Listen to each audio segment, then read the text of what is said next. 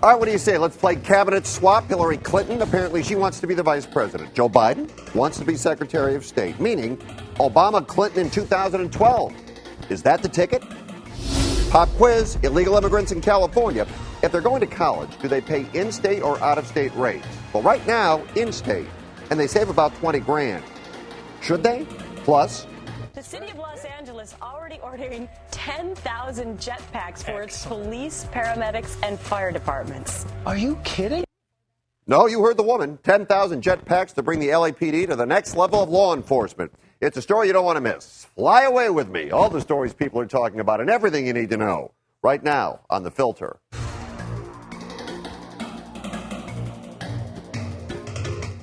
Hello again off the top, The Filter forefront. Our top four of the day, including, I know you were talking on your cell phone because the red light camera took a picture. But we'll begin with this. And if you would imagine this, your son was killed in the war in Iraq. You're at the funeral, and people protesting the war show up. Now, right off the bat, you can argue that is horribly insensitive. These people hold up signs. Thank God for IEDs, the device that killed your son. These people post a message on their website accusing the father of having raised his son to defy the Creator and serve the devil. Imagine how you would feel if you were told those people were within their legal rights because of freedom of speech. Then again, maybe in this case, speech isn't that free. The Supreme Court heard Snyder versus Phelps today. The Snyders were the ones who lost their son. The Phelps family staged the protest. No criminal charges were filed, but the Snyders were awarded $5 million in civil court for emotional distress. That was overturned, and now the Supreme Court will rule.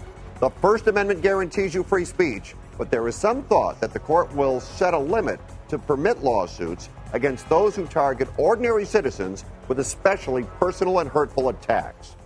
Our contributors tonight, Matt Cunningham from RedCounty.com and civil rights attorney and radio talk show host Leo Terrell. Our pictures are furnished by Skype. Leo, we'll start with you. You're the attorney.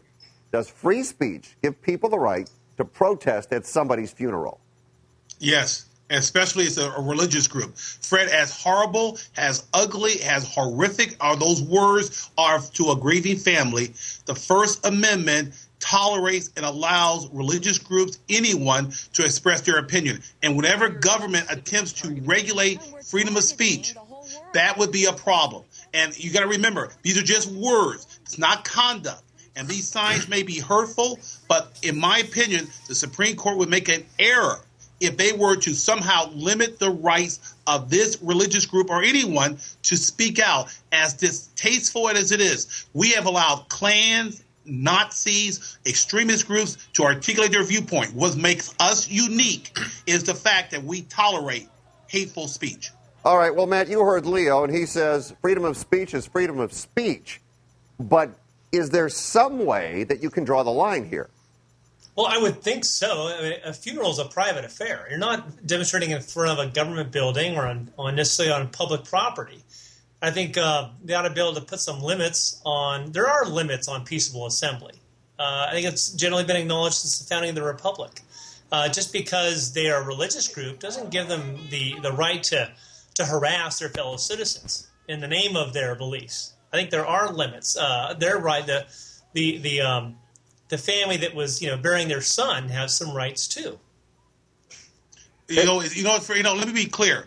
If these people are on a public street and the funeral is in an enclosed area, nothing, I want to make sure this is clear, nothing stops anyone from being on a public street and expressing their viewpoint. It is absolutely unconstitutional to restrict someone for expressing hateful words. And if they're on a public street, there's no way you can restrict that.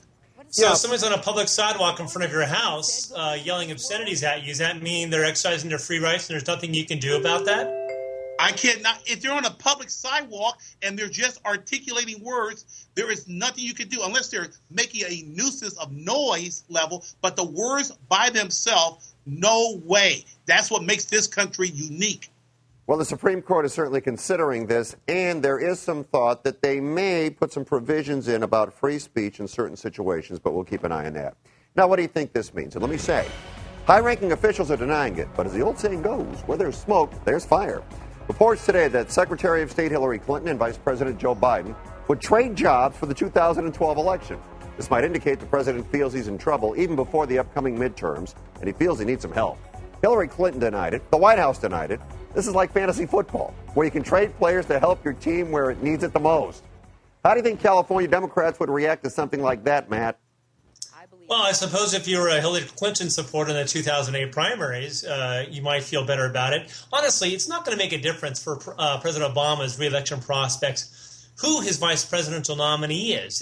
His fate really rests more than anything else on the state of the economy and the feeling that American voters have, at least a majority of them have, whether or not he's paying enough attention to it, if he cares, and if he's doing something about it.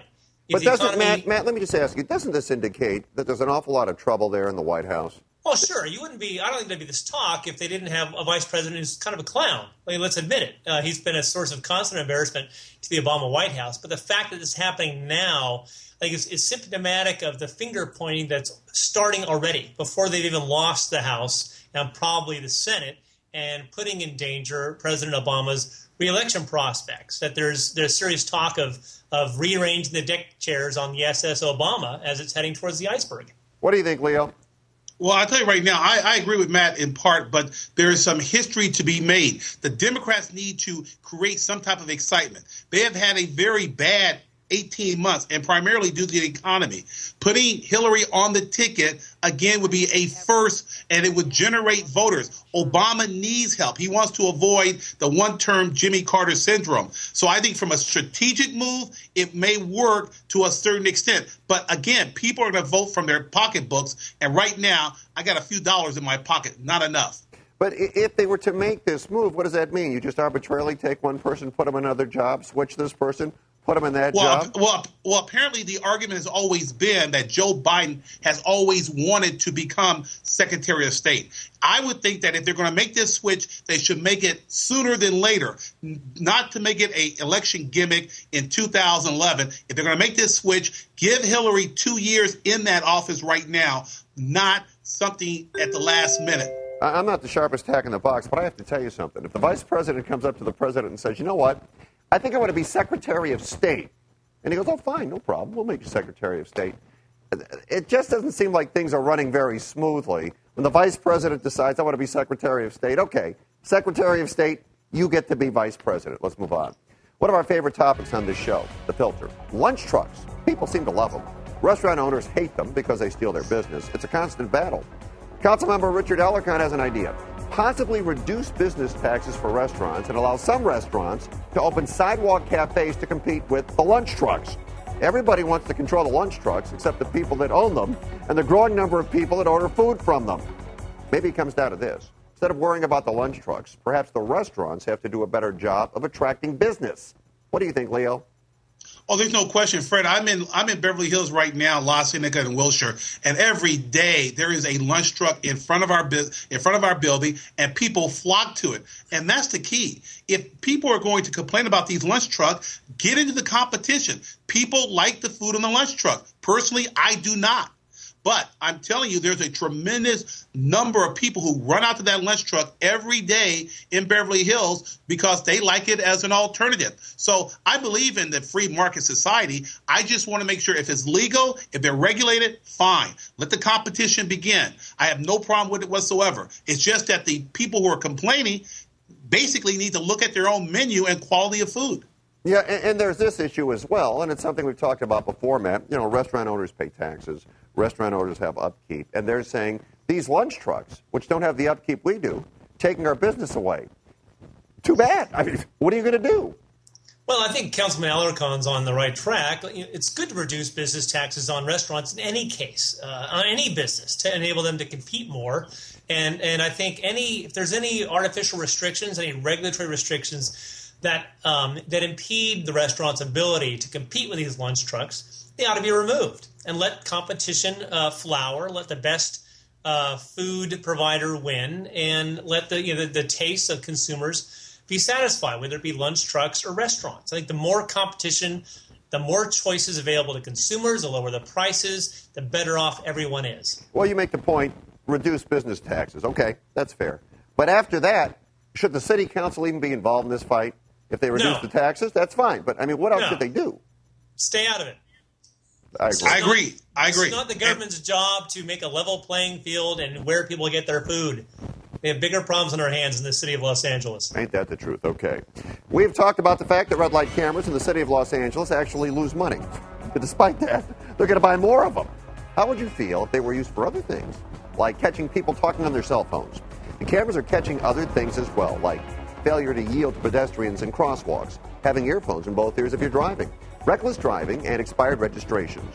For the camera to be used for anything other than red light violations, state law would have to be changed. But is it something that is being considered? Yeah, it is.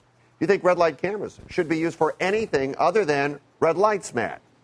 No, I think they should get rid of red light cameras, period. I don't want them out there. There just really is, the word slippery slope can be overused, but I think this puts us on that track. I don't think we want to be in a position where the government increases its surveillance of citizens just in the name of enforcing petty crimes, which is what they're talking about. I mean, having your earphones, your cell phone, talking when you shouldn't be. I mean, is this really what we want the government to be doing? In cracking down on regular citizens in the course of their running their ordinary lives? I think this is a step in the wrong direction.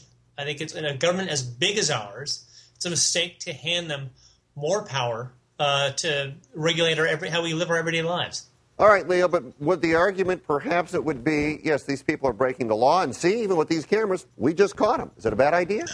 Yeah, it's a great idea. What's wrong with Matt here? I don't get it. We're talking about lawbreakers. If there is a mechanism, if there's technology that will allow us to catch lawbreakers, that is what government should do. Now, we're not talking about economic spending, Matt. We're not talking about bloated government. We're talking about catching criminals. And I'll tell you right now, people who are texting, people who are on cell phones, people who are not paying attention to the road are dangerous. And I say, yes. Let me finish. Why? You're catching lawbreakers. Why are you against catching lawbreakers? I'm against what we have is the government creating classes of lawbreakers with these increasingly intrusive rules. These weren't lawbreakers 10 years ago, 5 years ago, even 2 years ago.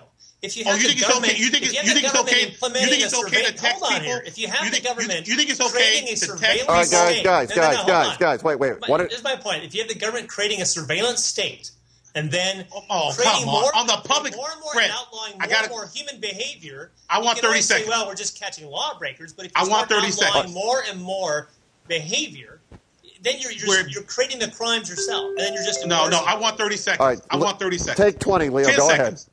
The bottom line is this. We don't have the money to pay for police officers to catch lawbreakers. And everyone watching this program knows darn well people who are on phones, people who are texting are dangerous to the road. And I don't see how you can argue against catching lawbreakers. It's an excellent deterrent to stop people from breaking the law. There are dangerous people out there texting and calling people on the phone while driving. It is wrong. All right. Maybe we should have fewer laws to break. And with that, I'll thank you both. We're out of time for this segment. We'll pick it up next time. Guys, good job Thank tonight, you. Leo and Matt. Thank you.